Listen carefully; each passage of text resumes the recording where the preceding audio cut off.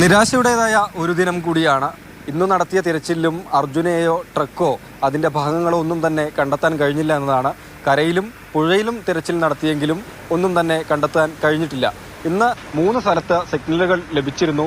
പക്ഷെ 3 സ്ഥലത്തെയും മണ്ണ് മാറ്റി പരിശോധിച്ചതിൽ അവിടെ പാറക്കഷ്ണങ്ങളുടെയൊക്കെയാണ് സിഗ്നൽ ലഭിച്ചത് എന്നാണ് കണ്ടെത്തുവാൻ കഴിഞ്ഞത്. ഒപ്പം പുഴയിൽ നിന്ന് ഒരു സിഗ്നൽ ഏറ്റവും ഒടുവിലായി ലഭിച്ചു എന്നതാണ് ഇനി പ്രതീക്ഷയായി നിൽക്കുന്ന ഒരു കാര്യം. 40 മീറ്റർ അകലെയായി 8 മീറ്റർ ആഴത്തിൽ നിന്നാണ് സിഗ്നൽ ലഭിച്ചിട്ടുള്ളത്.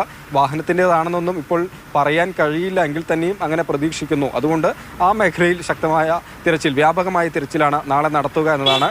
സൈന്യം റോഡിൽ തിരച്ചിൽ കഴിഞ്ഞുവെങ്കിലും സൈന്യം മേഖലയിൽ തുടരും എന്നുള്ളത് തന്നെയാണ്.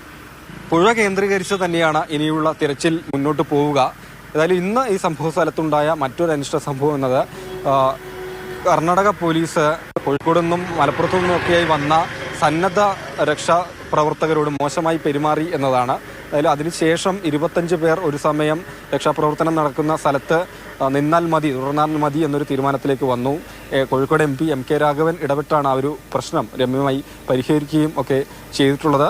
രാഘവേട്ടൻ MP ഇവിടുത്തെ MLA-യുമായി സംസാരിച്ചു, CM-യുമായി DC-യുമായി സംസാരിച്ചു. ഒരു 25 ആളുകളെ കൃത്യമായ ലിസ്റ്റോട് കൂടി നാളെ മുതൽ എല്ലാവിധ സൗകര്യത്തോടു കൂടി അവർ രക്ഷാപ്രവർത്തനം ഏർപ്പെടാനുള്ള സൗകര്യം ചെയ്തു കൊടുക്കുമെന്ന് അറിയിച്ചിട്ടുണ്ട്. 25 പേർക്ക് 8ാം ദിനത്തെ തിരച്ചിൽ നാളെ രാവിലെ തന്നെ പുനരാരംഭിക്കുമെന്നാണ് പറയുന്നത്. സൈന്യമുണ്ട്, ബാക്കി സംഘാംഗങ്ങൾ എല്ലാവരും ചേർന്ന് സംയുക്തമായി തന്നെ തിരച്ചിൽ നടത്തും. പുഴയിലാണ് കൂടുതൽ ശ്രദ്ധ കേന്ദ്രീകരിക്കുന്നത്.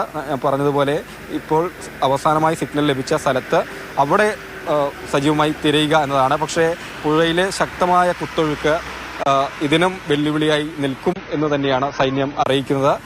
ഏതായാലും എല്ലാവരും കാത്തിരിക്കുന്നത് 8ാം ദിവസത്തെ തിരച്ചിൽ ആരംഭിച്ച് ശുഭകരമായ ഒരു വിവരം അങ്കോലയിൽ നിന്ന് പുറത്തുവരും എന്ന ഒരു പ്രതീക്ഷയിൽ തന്നെയാണ്. അങ്കോലയിൽ നിന്ന് വിനോദ് മൊറാഴയോടൊപ്പം രാഹുൽ KV, മാതൃഭൂമി ന്യൂസ്.